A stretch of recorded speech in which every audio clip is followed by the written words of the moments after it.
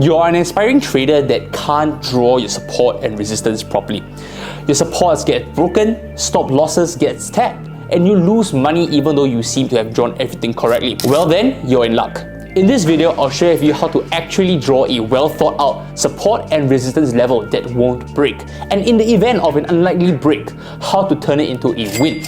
Now, if you gain value from this video or if there's a positive ROI for your attention, my only ask is that you subscribe and share this video with someone who may be struggling with this trading problem. Let's get right into it. Welcome to video 4, where I'll be teaching you more on technical analysis and support and resistance. This is the core basis behind trading and being profitable in it. So listen up very carefully and take down notes on what I'm going to cover in the next few minutes. Technical analysis falls on the basis of traders' psychology. When they see that price is too high, people will think that they should sell. When most people feel that price is too low, they buy. So TA aims to quantify these points. The reason why it works is because psychologically, everyone believes in the same points of reversal. So what exactly is support and resistance? They are your key areas of interest where people tend to react and buy or sell from them.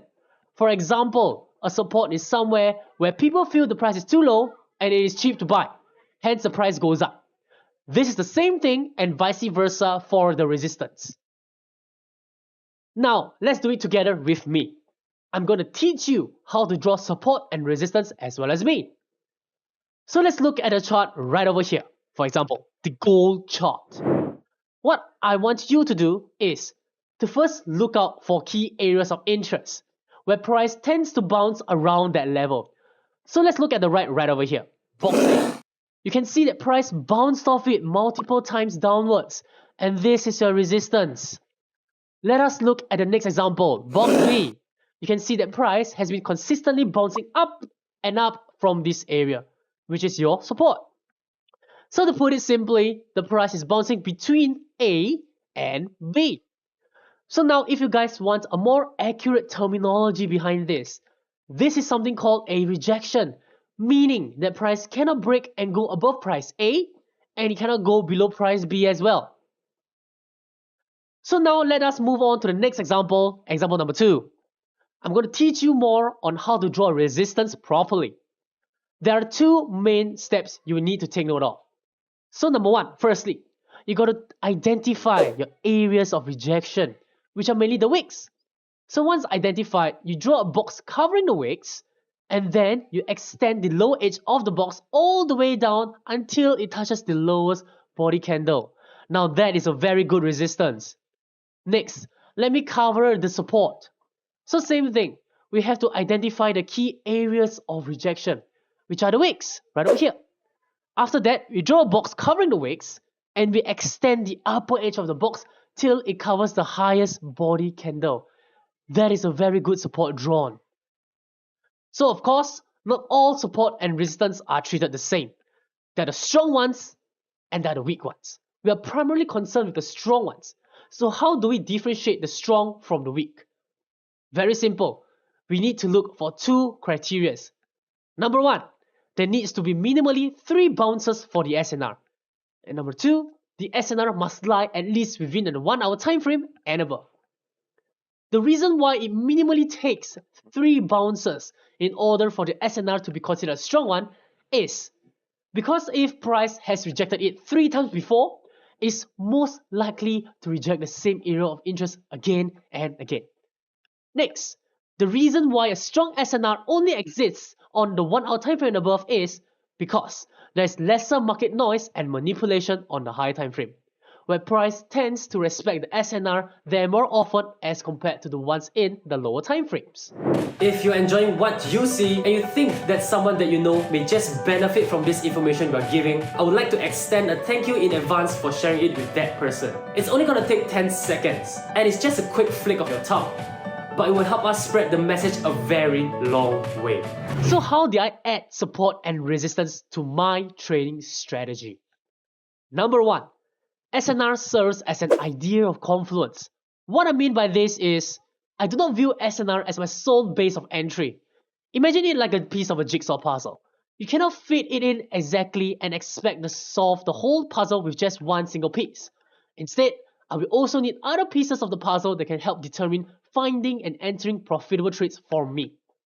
Number 2, support and resistance acts as a basis for most strategies. Many of today's strategies use and rely on SNR to determine an entry. For example, the Fibonacci retracement tool, which basically indicates and predicts key levels and areas of interest whereby price would react to. And lastly, number 3, support and resistance ultimately help us and allows us to understand retail psychology, where it all boils down to understanding the market and understanding how the retail traders think and feel alike. Only when you can understand SNR, then you can truly understand retail trading. But of course, we cannot expect price to bounce between the same support and resistance forever. So what happens if price, let's say for example on the right, breaks a support? What this means is that there's a very strong bearish pressure and price is looking to form a brand new range. The best case scenario is for price to head towards the next support level, and then the current support that was broken then becomes a new resistance. So what do I mean by this? SNR are basically just key areas of interest. If the key area is above the current price, they are your resistance. If the key area is below the current price, they are your support. So since now that the old support is above the current price, it is now officially the new resistance. So when does it count as a break? Let's take a look at this example. In order for us to qualify that price has broken through this support, I will need it to, number 1, break through the support, and number 2, for the candle that has broken through the support to close under it. As you can see that right over here, price did break through the support, but did it close under it? No.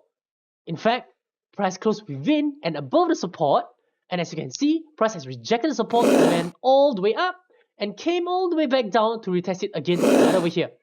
And this time, it broke through it and closed right under it. This means that the support over here is broken and that this support is now your new resistance. So when do you enter a position for price near the resistance? So when price breaks through the support initially, it grows through it pretty strongly. And what happens is there will be unfulfilled orders left right over there. So in order for price to continue on downwards, it will need to retest back the old support, which is now your new resistance, collect the remaining orders, and then continue on downwards. That is where you can enter when price retests it. If you don't understand this, do not worry. I will explain it in the next few videos. However, if you're super advanced, I hope this explanation gives you greater insights into why the support turns into the resistance and vice versa. So in summary, I've taught you that firstly, support and resistance provides the price levels of significance.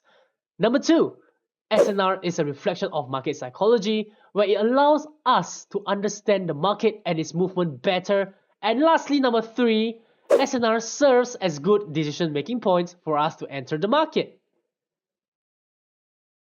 So now that we are done with support and resistance, here is your homework for the day.